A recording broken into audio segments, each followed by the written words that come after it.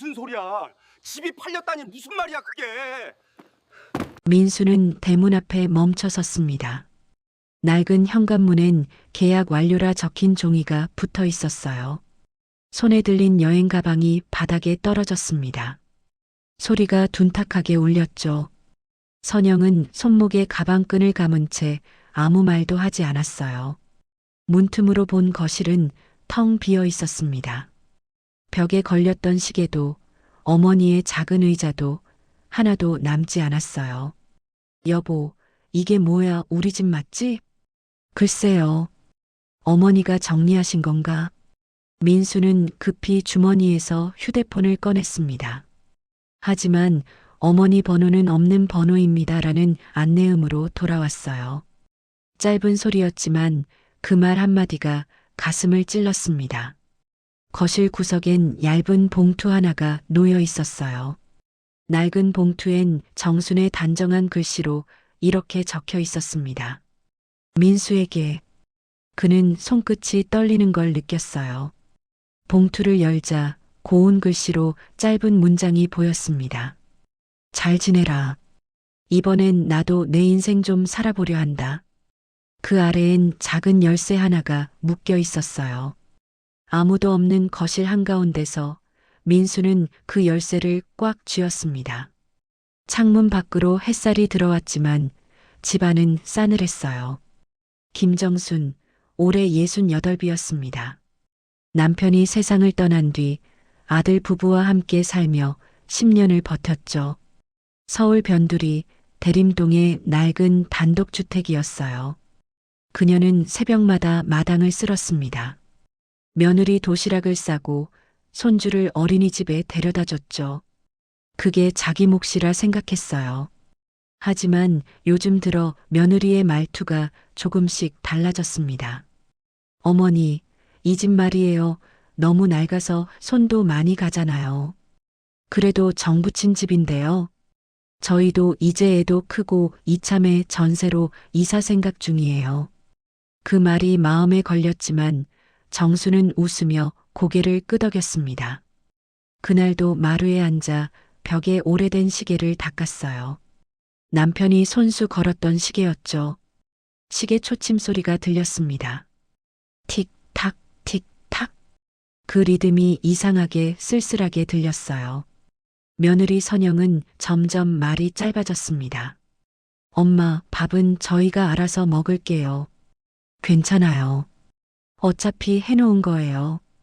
그래도 저희 식성은 또 다르잖아요. 민수는 그 사이에 끼어 아무 말도 못했습니다.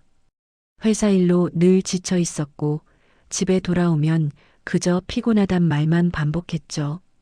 그날 밤 정수는 잠들지 못했어요. 거실 불빛이 벽에 흔들렸고 달력의 날짜 위에 빨간 동그라미가 그려져 있었습니다.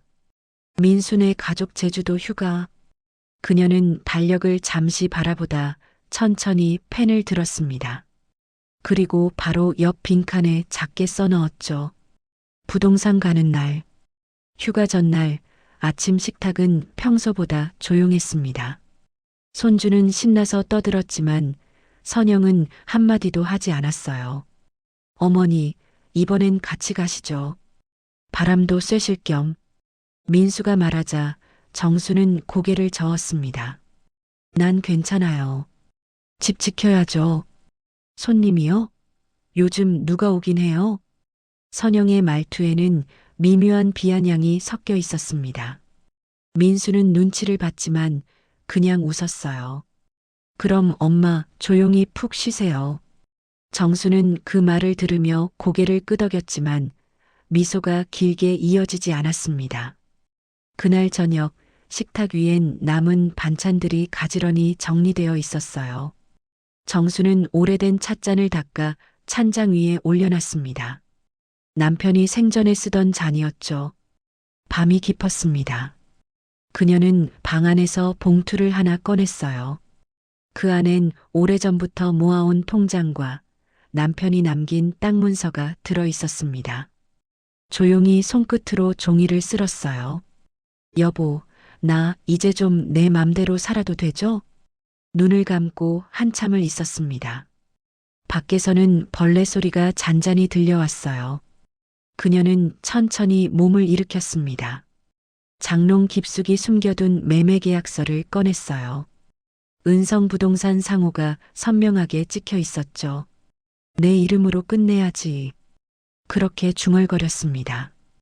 다음 날 새벽 정수는 일찍 일어났어요. 마당을 쓸지 않았습니다. 부엌에도 들어가지 않았죠.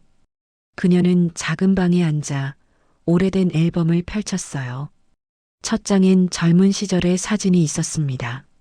남편 옆에서 웃고 있는 자신의 모습. 그땐 참 좋았지. 손끝으로 사진을 쓰다듬었어요. 다음 장엔 아들의 어린 시절이 담겨 있었습니다. 돌잔치 사진, 초등학교 입학식 사진, 대학 졸업 사진. 모두 그녀가 찍어준 사진들이었죠. 다 컸네. 앨범을 덮었습니다. 아침이 밝았어요. 민순의 가족은 서둘러 짐을 챙기고 있었습니다. 손주는 비행기 탄다 며 팔짝팔짝 뛰었죠. 어머니, 저희 갔다 올게요. 그래, 조심히 다녀와. 현관문이 닫혔습니다. 정수는 창가에 서서 골목을 빠져나가는 차를 바라봤어요. 차가 시야에서 사라질 때까지 그녀는 움직이지 않았습니다. 그리고 천천히 방으로 돌아왔어요. 옷장을 열었습니다. 오래된 옷들을 하나씩 꺼냈죠. 남편의 옷, 아들의 어린 시절 옷, 손주의 첫 백일 한복. 모두 상자에 담았어요. 주방으로 갔습니다. 그릇들을 하나씩 닦아 신문지에 쌌죠. 남편이 좋아하던 사발, 아들이 어릴 적 쓰던 작은 그릇, 손주가 쓰는 플라스틱 컵. 모두 상자에 담았습니다. 거실벽에 시계를 내렸어요. 초침이 멈췄습니다. 조용했어요. 정수는 시계를 천으로 감싸 가방 안에 조심스럽게 넣었습니다. 집안이 점점 텅 비어갔어요. 해가 중천에 떴을 때 그녀는 마지막으로 집안을 둘러봤습니다. 텅 빈 거실, 덩그러니 남은 식탁 하나, 그게 전부였어요. 이제 됐어. 작게 중얼거렸습니다. 은성부동산 문을 열고 들어갔습니다. 중개인이 반겼어요. 아, 김정순 여사님. 오셨어요? 네, 서류 가져왔어요. 그녀는 가방에서 도장과 신분증을 꺼냈습니다. 아주머니, 정말 괜찮으세요? 가족분들은 아시고요? 중개인이 조심스럽게 물었어요. 정수는 잠시 말을 멈췄습니다. 제 집이에요. 제 명의죠. 그건 그렇지만 걱정 마세요. 다 생각한 거예요. 그녀의 목소리는 단호했습니다. 중개인은 더 이상 묻지 않았어요. 서류에 도장을 찍었습니다. 한 번, 두 번, 세 번. 도장 찍는 소리가 울렸어요. 계약금 받으실 거 확인하시고요. 중개인이 봉투를 건넸습니다. 정수는 봉투를 받아 가방에 넣었어요. 무겁지 않았습니다. 오히려 마음이 가벼웠죠. 감사합니다. 그녀는 부동산을 나왔어요. 골목을 걸으며 가게들을 하나씩 둘러봤습니다. 남문시장 입구의 떡집, 모퉁이의 작은 약국, 언제나 웃으며 맞아주던 반찬가게 아주머니. 어머니, 오늘은 뭐 사가세요? 아니에요. 그냥 나왔어요. 얼굴이 좋아 보이시네요. 정수는 웃었습니다. 그래요? 오늘 날씨가 좋아서 그런가 봐요. 반찬 가게를 나와 버스 정류장으로 갔어요. 벤치에 앉아 하늘을 올려다봤습니다. 구름이 천천히 흘러가고 있었죠. 이제 어디로 가지? 혼잣말처럼 중얼거렸어요. 핸드폰을 꺼냈습니다. 인터넷 검색창을 열었죠. 바닷가 월세방. 여러 게시물이 떴습니다. 그중 하나를 클릭했어요. 속초 청호동 작은 방 월세 30만 원. 사진 속엔 낡은 여관이 보였습니다. 하지만 창밖으론 바다가 보였죠. 정수는 전화번호를 눌렀어요. 여보세요. 거기 방 아직 있나요? 네, 있습니다. 보러 오실래요? 오늘 당장 갈 수 있어요? 잠시 침묵이 흘렀습니다. 가능합니다. 주소 알려드릴게요. 정수는 메모장에 주소를 적었어요. 전화를 끊고 버스 시간표를 확인했습니다. 속초행 시외버스 오후 3시. 시계를 봤어요. 2시 반이었습니다. 터미널로 가야 했어요. 그녀는 천천히 일어섰습니다. 골목을 걸으며 한 번 더 뒤를 돌아봤죠. 익숙한 풍경이었습니다. 10년을 살던 동네였어요. 하지만 이젠 돌아갈 곳이 아니었습니다. 안녕. 작게 인사했어요. 그리고 터미널로 향했습니다. 터미널은 사람들로 북적였습니다. 짐을 든 여행객들, 귀향하는 학생들, 모두 어딘가로 향하고 있었죠. 정순도 그 중 하나였습니다. 매표소 앞에 섰어요. 속초 한 장이요. 편도요? 네. 표를 받아들고 대합실 의자에 앉았습니다. 손에 든 표를 가만히 바라봤어요. 작은 종이 한 장이었지만 그 안엔 새로운 시작이 담겨 있었습니다. 버스가 도착했습니다. 사람들이 줄지어 탔어요. 정순도 천천히 계단을 올라갔습니다. 뒷좌석에 자리를 잡고 앉았죠. 창밖으로 터미널이 보였습니다. 낯익은 풍경이 천천히 멀어져 갔어요. 버스가 출발했습니다. 도시의 건물들이 하나씩 지나갔어요. 그녀가 10년을 산 동네도 매일 다니던 시장도 모두 뒤로 물러났습니다. 고속도로에 접어들었습니다. 창밖으론 들판이 펼쳐졌어요. 초록색 논이 끝없이 이어졌습니다. 정수는 그 풍경을 가만히 바라봤어요. 바람에 흔들리는 벼이삭이 햇살을 받아 반짝였죠. 예쁘네. 작게 중얼거렸습니다. 옆자리 할머니가 말을 걸었어요. 어디 가세요? 속초요. 저도 그쪽이에요. 자식들 보러 가는 길이에요. 정수는 고개를 끄덕였습니다. 좋으시겠어요. 할머니는요? 저는 그냥 바람 쐬러요. 할머니는 작게 웃었어요. 그것도 좋죠. 나이 들면 자유가 제일이죠. 두 사람은 잠시 창밖을 바라봤습니다. 버스는 계속 달렸어요. 해가 서쪽으로 기울어가고 있었습니다. 일주일 뒤 민순의 가족이 돌아온 날 골목엔 낯선 차가 서 있었습니다. 이삿짐 트럭이었어요. 죄송하지만 여긴 저희 새 집이에요. 낯선 남자가 말했습니다. 네, 무슨 말씀이세요? 민수의 목소리가 떨렸어요. 며칠 전에 매매 완료됐어요. 김정순 여사님이 직접 사인하셨습니다. 민수의 얼굴이 굳었습니다. 선영은 아무 말도 하지 못했어요. 손주는 우리 집이 왜 없어? 라며 울음을 터뜨렸죠. 민수는 부동산으로 뛰어갔습니다. 저희 어머니가 이 집 주인이에요. 근데 왜 팔았다고? 중개인은 어깨를 으쓱했습니다. 본인 의사로 진행하셨습니다. 서류 다 있습니다. 그럼 어머니는요? 지금 어디 계신데요? 그건 저희도 몰라요. 계약 후 바로 나가셨어요. 민수는 집으로 돌아왔습니다. 텅 빈 마루 위에 봉투 하나가 있었어요. 손이 떨렸습니다. 봉투를 열었죠. 민수야, 내가 힘들다는 건 안다.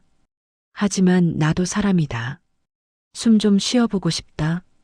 미안하단 말, 이제 그만하고 싶다. 그 아래엔 익숙한 필체로 한 문장이 더 적혀 있었어요. 너희에게 짐이 아니었단 걸 나 자신에게 증명하려 간다. 민수는 그 자리에 주저앉았습니다. 선영이 다가왔어요. 편지를 읽더니 고개를 숙였죠. 여보, 이거. 그녀의 목소리가 떨렸습니다. 제 잘못이에요. 민수는 대답하지 않았어요. 그저 편지를 꽉 쥐고 있었죠. 손주가 다가와 아빠 손을 잡았습니다. 아빠, 할머니 어디 갔어? 민수는 아이를 안았어요. 눈물이 흘렀습니다. 할머니는 여행 가셨어. 밤이 되었습니다. 민수는 집에 가지 못하고 빈집 마루에 앉아 있었어요. 선영도 옆에 앉았습니다. 여보, 어머니 찾아야 해요. 어떻게? 전화번호라도 알아야죠. 민수는 핸드폰을 꺼냈어요. 어머니 번호를 눌렀습니다. 없는 번호입니다. 안내음만 흘러나왔죠. 다시 눌렀습니다. 또 같은 음성이 들렸어요. 민수는 핸드폰을 내려놓았습니다. 엄마 어디 계세요? 목이 메었어요. 선영은 남편의 손을 잡았습니다. 제가 잘못했어요. 어머니한테 너무 심했어요. 나도 마찬가지야. 엄마가 힘든 줄 알면서도 두 사람은 말을 잇지 못했어요. 밖에선 빗소리가 들렸습니다. 여름비가 내리고 있었죠. 민수는 창밖을 바라봤어요. 엄마 비 맞지 마세요. 작게 중얼거렸습니다. 며칠이 지났습니다. 민수는 부동산에 다시 찾아갔어요. 혹시 어머니 연락처 아시나요? 아니요, 안 남기셨어요. 계약할 때 아무 말씀도 안 하셨어요? 중개인은 잠시 생각하다가 말했습니다. 그냥 바람 쐬러 간다고만 하셨어요. 바닷가 쪽으로요. 바닷가요? 민수는 그 말을 되뇌었습니다. 집으로 돌아와 어머니 방을 뒤졌어요. 서랍 속엔 아무것도 없었습니다. 옷장도 텅 비어 있었죠. 침대 밑을 살폈어요. 작은 수첩 하나가 떨어져 있었습니다. 펼치자 어머니의 글씨가 보였어요. 언젠가 바다가 보이는 곳에 살고 싶다. 아침마다 파도 소리를 들으며 일어나고 싶다. 민수는 수첩을 가슴에 안았습니다. 엄마, 눈물이 흘렀어요. 그날 밤 민수는 선영과 마주 앉았습니다. 수첩을 펼쳐 보였어요. 엄마가 이런 생각을 하고 계셨대. 선영은 수첩을 가만히 들여다봤습니다. 글씨 하나하나가 어머니의 마음을 담고 있었죠. 찾아뵙고 싶어요. 선영이 작게 말했습니다. 나도. 민수는 고개를 끄덕였어요. 하지만 어디서 어떻게 찾아야 할지 막막했습니다. 바닷가라는 단서만으론 부족했죠. 일단 기다려봐요. 엄마가 먼저 연락하실 수도 있잖아요.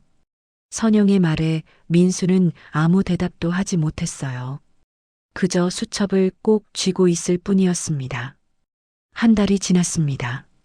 속초 청호동 작은 여관방 창가에 정순이 앉아 있었어요. 창밖에는 갈매기가 울었고 파도 소리가 잔잔하게 들렸습니다. 그녀는 새로 산 작은 수첩을 열었어요.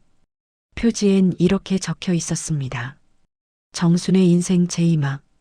아침마다 시장에 가서 생선을 사고 저녁엔 바다를 바라보며 차를 끓였어요. 누가 시키지도 않았지만 하루하루를 기록했습니다. 오늘은 햇살이 따뜻했다. 내 손으로 밥을 해 먹으니 참 맛있다. 그녀의 표정엔 평온함이 깃들어 있었어요. 하지만 가끔은 바다 쪽을 바라보며 조용히 눈을 감았습니다. 아들이 떠오를 때마다 마음 한켠이 저릿했죠. 잘 지내고 있겠지. 작게 중얼거렸어요.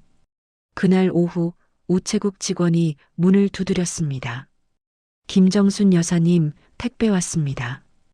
봉투엔 보낸 사람 김민수라 적혀 있었어요. 그녀는 손끝이 떨리는 걸 느꼈습니다. 봉투를 열자 안엔 짧은 쪽지와 작은 상자가 있었어요. 엄마, 늦었지만 미안해요. 엄마가 없는 집은 집이 아니네요. 바람 쐬시고 편히 계세요. 언젠가 꼭 찾아뵙겠습니다. 상자 안에는 낡은 시계가 들어 있었습니다. 남편이 생전에 걸어두었던 그 시계. 깨져 있던 유리는 새로 갈려 있었고 초침은 다시 움직이고 있었어요. 정수는 시계를 가만히 품에 안았습니다. 이제서야 조금은 알겠네. 그녀는 천천히 시계를 벽에 걸었어요. 틱탁, 틱탁. 시간이 다시 흐르기 시작했습니다. 창밖으론 바람이 불었어요. 햇살이 여간방을 비췄고 그 안의 여사는 미소 지었습니다. 이제야 내 집 같네. 그날 저녁 정수는 작은 식탁에 앉아 밥을 먹었어요. 혼자였지만 쓸쓸하지 않았습니다. 창밖으론 노을이 지고 있었죠. 바다가 붉게 물들었어요. 그녀는 젓가락을 내려놓고 노을을 바라봤습니다. 여보, 나 이제 괜찮아요. 아들도 이젠 알 거예요. 작게 중얼거렸어요. 밤이 되었습니다. 별이 떴어요. 파도 소리가 잔잔히 들렸습니다. 정수는 침대에 누워 천장을 바라봤어요. 시계 소리가 규칙적으로 울렸습니다. 틱탁.